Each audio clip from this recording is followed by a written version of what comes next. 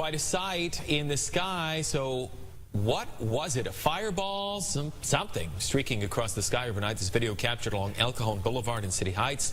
We haven't heard an explanation yet, but a few residents called saying they think it was a meteor. When we officially find out what this was, we will certainly let you know.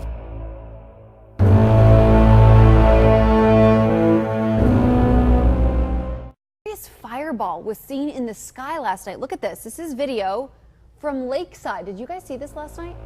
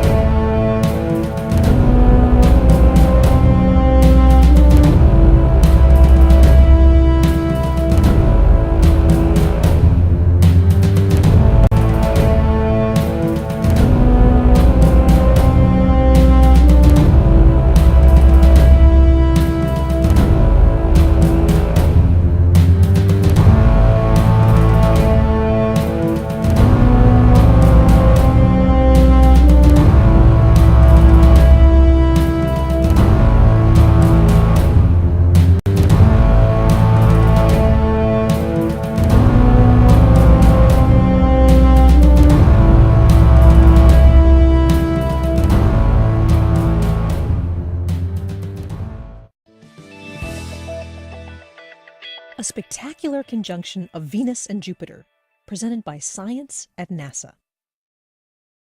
August 2016 is a special month for backyard astronomy. Why? Because on almost any evening in August, you can take a tour of the solar system, no telescope required. For most of the month, the 5 brightest planets, Mercury, Venus, Mars, Jupiter, and Saturn, have been splayed across the evening sky, with the moon hopping from one to another and highlighting each one on a different night while acting as a helpful guide to novice skywatchers. As August comes to a close, however, no guide is needed. Something so eye-catching and beautiful is going to happen, even the least experienced skywatcher can find it without help. On August 27th, Venus and Jupiter will converge in the sunset sky, only about 1/15 of a degree apart. If you hold a pencil at arm's length, the eraser would cover both planets at once. 2 bright planets so close together are practically impossible to miss. Just make sure you have an unobstructed view of the western horizon. The converging planets might even look like they're going to touch. They won't. Venus is 144 million miles away, while Jupiter is more than 4 times farther.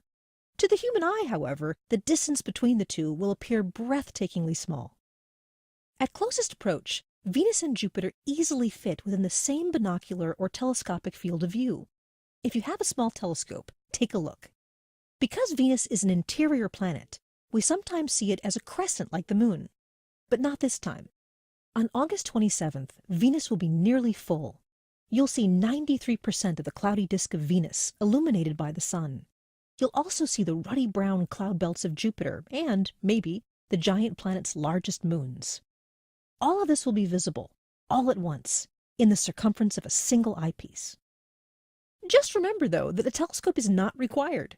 Venus and Jupiter are bright enough to see with the naked eye, even from light-polluted urban areas. Try to catch them about 30 minutes after sunset, as they will have set by the time the sky fades to completely black. The sight of 2 planets in conjunction, surrounded by twilight blue, is an extra beautiful sight. August 2016. If you didn't love astronomy at the beginning of the month, you'll love it by the end.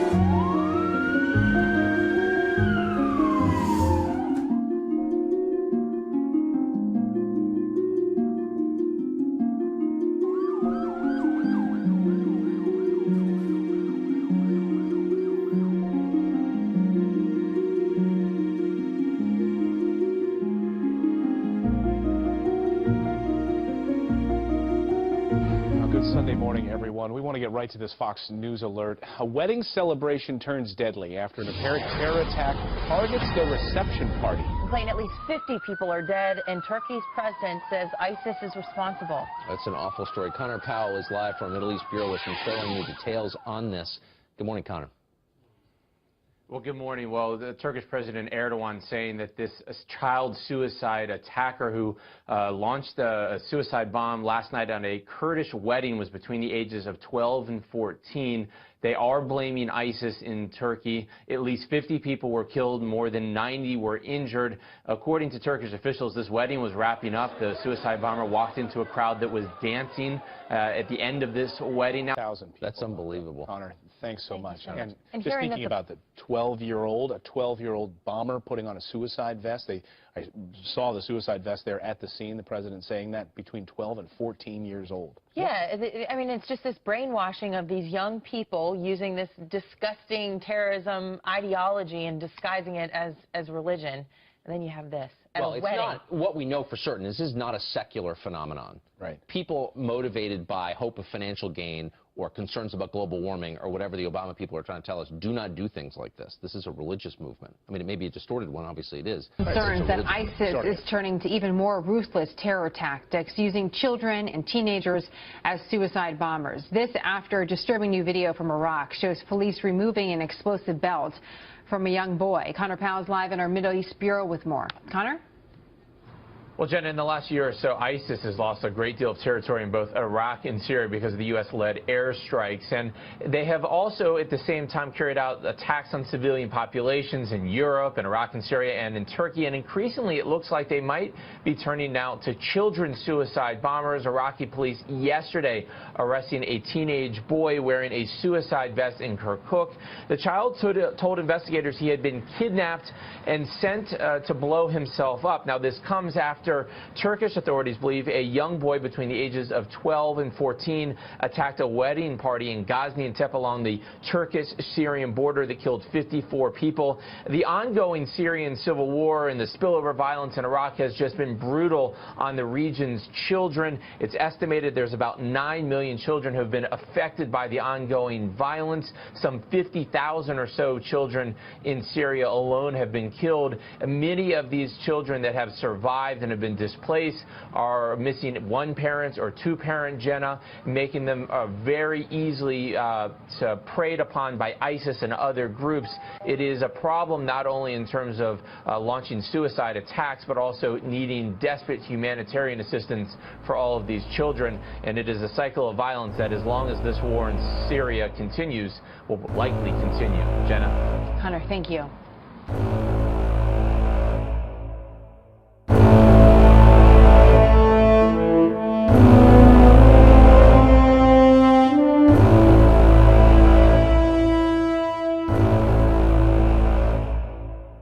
Peter Cook has identified that the U.S. forces will continue to target Syrian and Russian airplanes is quite a declaration of war before a declaration of war, because essentially what the United States has said is that we're not going to go through the United States Congress about this. We're simply going to follow our military advisors in the Obama administration, and if any Syrian airplane or Russian airplane approaches American troops, which are giving aid and comfort and training to the enemy of the Syrian regime, which includes members of ISIS, which includes members of the al-Nusra Front, which includes Kurds.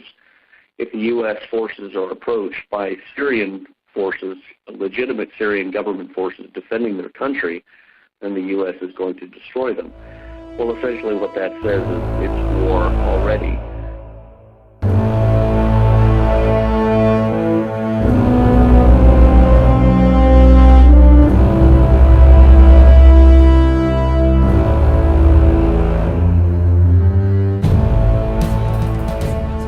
North Korea's unceasing weapons parade looks to be making headway. Pyongyang launching a ballistic missile from a submarine on Wednesday, the rocket traveling for 300 miles clear into a patch of ocean under Japanese airspace. Experts say it's a clear step up in North Korea's rocketry game. The U.S. and South Korea plan to roll out an anti-missile defense system called THAAD in response to the threat from the north. And as Reuters' Jack Kim reports, Pyongyang may be trying to stay one step ahead by launching rockets from under the water. Moving the missile in a submarine to circumnavigate the field of vision of THAAD's radar, it might be possible that North Korea is able to launch a missile without the anti-missile defense system tracking the trajectory and therefore trying to shoot it down. Beyond pure muscle flexing, the launch could be a call for respect, coming the same day that foreign ministers from South Korea, China, and Japan meet in Tokyo, and just 2 days after Washington and Seoul began joint military exercises. Pyongyang calls the drills a practice for an invasion and has threatened retaliation, and it's taking steps to back up that talk. The ultimate goal for North Korea would be to try to mount a nuclear warhead on a ballistic missile and launch it in a way that's reliably going to hit the target. It will also try to upgrade its fleet of submarines, which South Korea believes have shorter ranges or are noisy so that they are easily tracked by South Korean or U.S. surveillance. Observers say there's no firm evidence that North Korea is able to arm nuclear rockets, but these kind of weapons benchmarks have been tested hard and fast on a near monthly basis this year, and the world is clearly taking notice.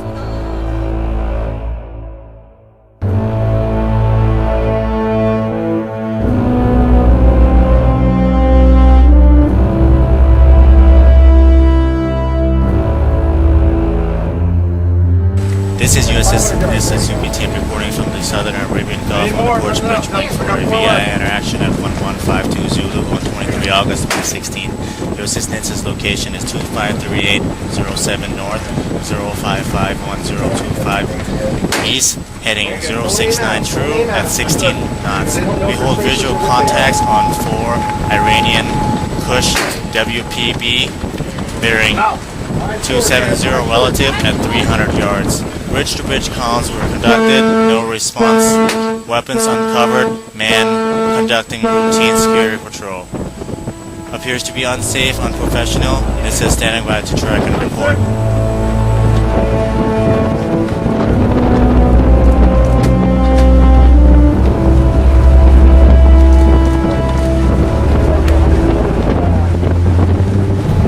Of a number of incidents in the same area this week, a U.S. defense official said on Thursday a U.S. Navy ship fired warning shots after an Iranian fast attack craft approached 2 U.S. ships in the northern Gulf.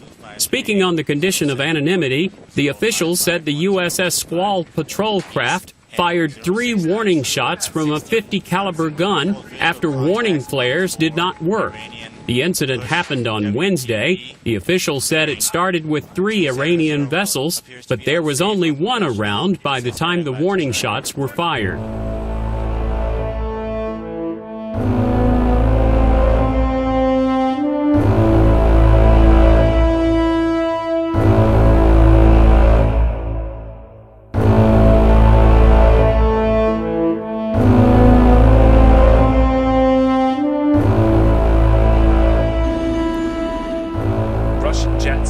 Syria. Images like these are commonplace since Russia decided to enter the war in support of the Assad regime last September. But these jets have come from Iran, a first for Moscow and for Tehran, which had not authorized the use of its bases by an outside force since 1979. Though undoubtedly a tactical and logistical advantage for Russia, the two powers' main interests are clearly political. In recent days, the two have stepped up meetings and declarations. These historic allies of Damascus who wish to keep Assad in power now represent a powerful front. Their support for the Syrian regime is unequivocal. Alauddin Boroujerdi is head of the Iranian Parliamentary Commission on National Security and Foreign Policy. Because Syrian people stand on the first line of resistance, we stand by Syria's side. We came here to announce our support for Syria. Standing shoulder to shoulder with Russia brings Iran back onto the world stage in a show of force. For Russia, a powerful comeback in the geopolitical focal point of the Middle East is at stake. Stopping radical Sunni Islam is essential for Moscow. Predominantly Shiite Iran seemingly won't threaten Russia's interests in the former republics of the Caucasus. Moscow has everything to gain from a strong axis formed with Iran and Turkey. Their sights are certainly set on counterbalancing US influence in the region. Andrew Tabler is from the Washington Institute for Near East Policy. This marks the first time that Russia has based out of Iran, and marks an escalation in terms of the fight in Syria, not necessarily militarily, but in terms of the Russian alignment with Iran in places like Syria. And we can see very clearly that the Russians are playing a very strong political cards in places like Syria, while the United States is at best playing defense. With this backdrop, the tension between Moscow and Ankara could not have lasted. Reconciliation is therefore underway. Iran welcomed this tripartite axis despite its historical enmity for Ankara. Unprecedented alliances are emerging to ward off Western influence in the region. Professor Hussein Bajeh is from the Middle East Technical University. Mistrust, I would say, from Turkish side to Americans, to NATO, and to Europeans altogether, and showing more trust to Putin. It is something new in our relations. The US will see this tripartite alliance as a significant threat to its dominance in the region, though Moscow has said that it is close to a deal with Washington on closer cooperation between them in Syria. The Turkish foreign minister claims its country is considering military cooperation with Russia, as NATO seems to be shying away from relations with Ankara. His comment came in an interview with the Sputnik news agency. It seems to us that NATO members behave in an evasive fashion in issues such as exchange of technology and joint investments. In this sense, if Russia were to treat this with interest, we are ready to consider the possibility of cooperation in this sector. Relations between the two countries soured in November 2015 after a Turkish fighter jet brought down a Russian warplane. However, the Turkish president officially apologized for the incident in late June 2016, and since then, Turkey and Russia seem to have turned a new page. Erdogan met with his Russian counterpart on August the 9th in St. Petersburg for the first time since the rift in relations. The two leaders are now considering closer cooperation, especially in the fight against terrorism. And amid the ever-rising tensions between Turkey and the West after the failed coup attempt, Turkey seems to be increasingly looking to the east, apparently not entirely satisfied with the way NATO and the EU have been treating his country.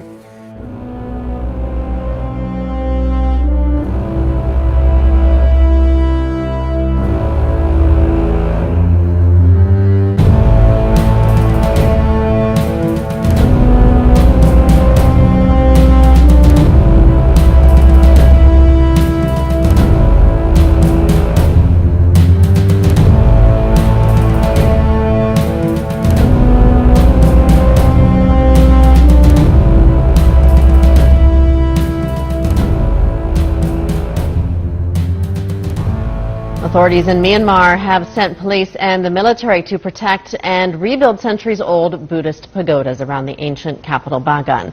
The pagodas were among structures damaged by Wednesday's 6.8 magnitude earthquake. Authorities have yet to determine the full extent of the damage, but said the impact on local residents appeared to be limited. The earthquake has, however, claimed 3 lives, including 2 children from 2 towns close to the epicenter. The U.S. Geological Survey said the earthquake's epicenter was near the central town of Chauk. Tremors were felt as far away as Thailand and India.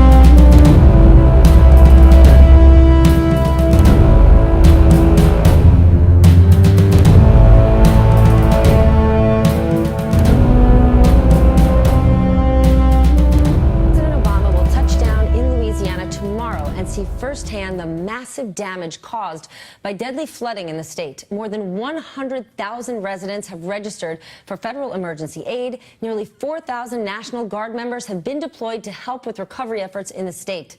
Joining me now on the phone is Louisiana's Lieutenant Governor Billy Nungesser.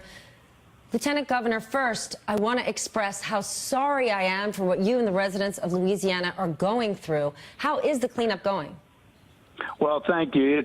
It's going as well as can be expected. We've got a long way to go. The real critical factor, as people are able to go back and start gutting their homes, realizing that the maximum coverage by FEMA is about $30,000, and the average is probably $5,000 to $7,000, and it's going to take a lot of volunteer, a lot of donations to get these people whole. And unlike a hurricane where everybody along the coast has flood insurance, this is a 1,000-year event. These people had never flooded and didn't see the need for flood insurance. Then put this in perspective for us. You have been through massive disasters in Louisiana. The BP oil spill, for example. Let's talk about this flood. Is it the worst disaster you've seen in the state? Well, it's comparable to Katrina. The difference is it's spread across 22 parishes, where a hurricane usually hits one corner of our state. Everybody can move to help that one area. It's an isolated area. Here, we were rescuing people along every river and creek across 22 parishes. And the volunteers and National Guard did a phenomenal job. But now we have this disaster spread across the whole middle of Louisiana. So it's a larger area impacting a larger area. So it's every bit as bad as Katrina for the state of Louisiana. This crisis is calling for massive resources and attention and outreach. On Friday, Donald Trump came to Louisiana. Was his tour a net positive for the state? No doubt the people of Louisiana need the attention. They need some positive reinforcement here. Is that what they got? Absolutely. I think any attention that we can get, and thanks to your network, bringing light, the people of the United States and across the world are giving people in time of disasters, and we need their help. And I tell you, it was great exposure for the state. He toured, and when he went into the neighborhoods, you could see just the fact that someone running for president cared enough to go into those neighborhoods. It lifted the spirits of the people. And he also made a sizable donation, which is very unusual for someone coming here for political office. So he also brought with him some resources and donations to help out the cause. So we appreciate that. President Obama did not come last week. He did not make a public statement. And we heard from officials from your state, they didn't want him to come. They said it would cause so much attention, take so many resources, better that he stay away. Do you think he should have come last week? He is coming tomorrow. Well, I understand he's coming this week, and I welcome any figures that will come in, elected officials, that will bring attention to how serious this problem is. So I welcome the president's visit. I had an opportunity to meet with him several times during the oil spill, and when he came down, we got a little bit more national attention. So I think any visit is a positive thing for the state, and I welcome him. Lieutenant Governor, thank you for all the work that you're doing, and we send our best to your This state is of in Louisiana. the Madhya Pradesh state, which is next to the Uttar Pradesh region. That's north-central India. Really just crippling life, inundating low-lying areas. State authorities were forced to throw open gates of several dams to help drain out some of that excessive water. Roads, houses, just like the ones you're seeing on TV right now, severely damaged due to the heavy rains in many parts of this district. A swollen stream inundated several low-lying areas, infecting even some of the cars moving through the area. And unfortunately, Reuters is reporting 15 fatalities, and that is coming from an authority from this particular state. So here is an image that we came across from the Ganges River, and you can just see the flooding that is making its way through this region, really impacting people's lives, like this particular gentleman just trying to cover up from the excessive heavy monsoonal rain. Of course, this is an annual event that takes place across central India, and we often get this heavy heavy flooding rainfall, but when we see an abundance of rain in a short period of time, that's when we see that flooding. And you can see the tropical waves that continue to move across the subcontinent. One was actually a previous tropical cyclone that made landfall in northern Vietnam about 2 days ago. Here's a look at some rainfall totals across the area. Roughly 150 millimeters in the past 2 days, north central India. Look at Haikou, China, 431 millimeters. More rain coming. That means flooding potential continues into the rest of the work week, Monday, Tuesday, and Wednesday, in excess of 500 millimeters possible with this.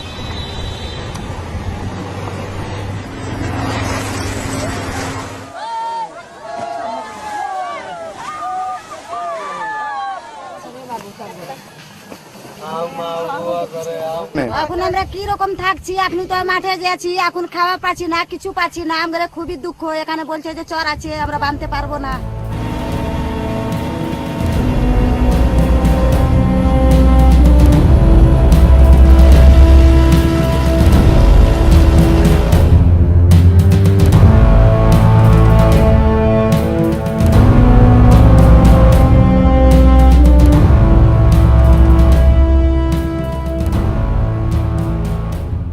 Southern China is braced for rain and strong winds.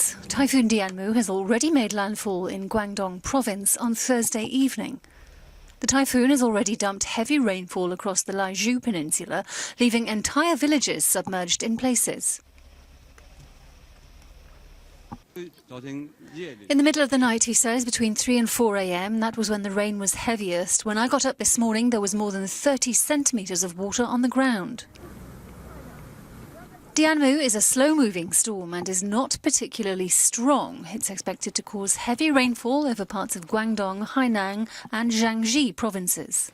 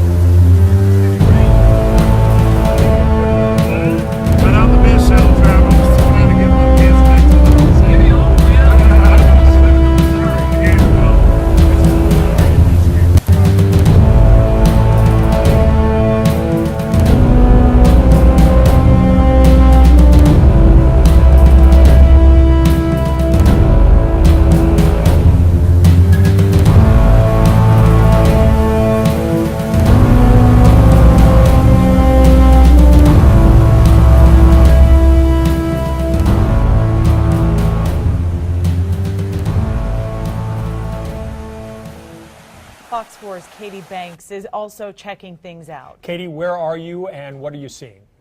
Hi, we're here at Truman Road and McGee Street. We're going to show you right now, this is the downtown loop. You'll see that it is closed off to all traffic right now. A police officer on scene told me that's because of flooding and some construction combined.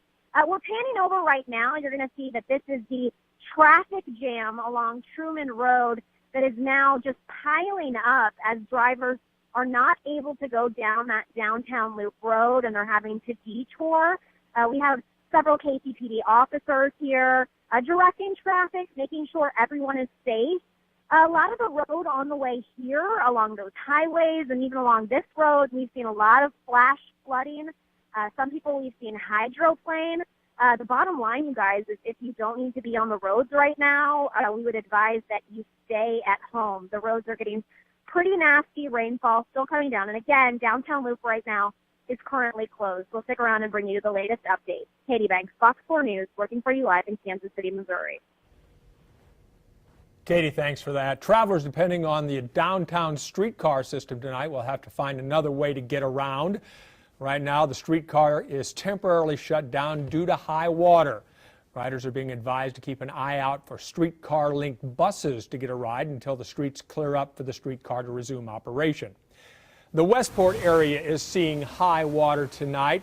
This is the area at Westport Road and Mill Street, which always is subject to high water, but when it's really raining like this, you know it's going to be a problem.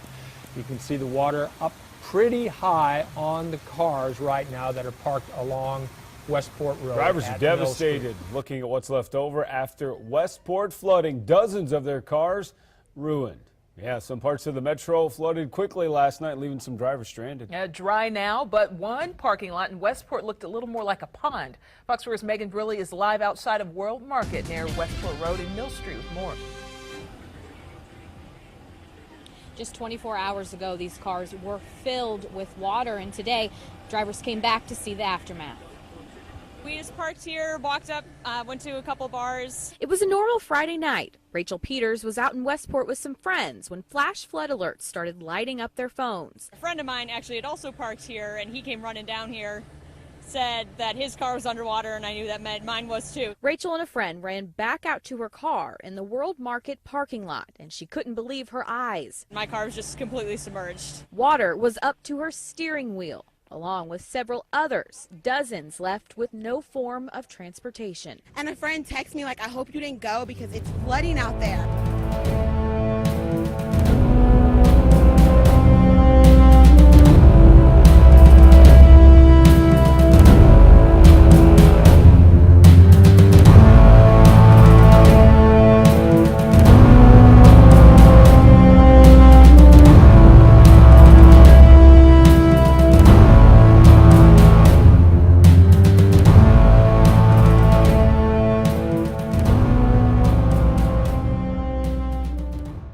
Fishy is definitely going on in Eastchester. People were complaining of a rotting fish smell coming from the Hutchinson River. So we sent News 12 The Bronx reporter Rena Roy to go check it out. From a distance, it looks like your average river, but go anywhere near it, you can see it and smell it. It was stomach turning. I don't really like it. The smell of dead fish making Bronxites sick to their stomachs. It stinks like crazy. It's disgusting. People who work in the area say the stench was the strongest on Thursday when they first noticed it. But we did spot some surviving fish swimming around. It's unclear how or why many died, but News 12 meteorologist Mike Favetta has one theory. The fish may not have had enough oxygen. Warmer summer nights have contributed to a lot of this excess heat, and that is absorbed by the water, thus depleting the oxygen. And we have reached out to the Department of Environmental Conservation to find out more about what's going on here. We are still waiting to hear back. From the Hutchinson River, I'm Rena. From our South Jersey Bureau, as many as 20,000 dead fish have washed up in Little Egg Harbor. Officials say it is the second largest fish kill in less than a week. Officials believe the fish died because of low concentrations of dissolved oxygen in the water. Last week, more than 1 million dead fish appeared in creeks and waterways.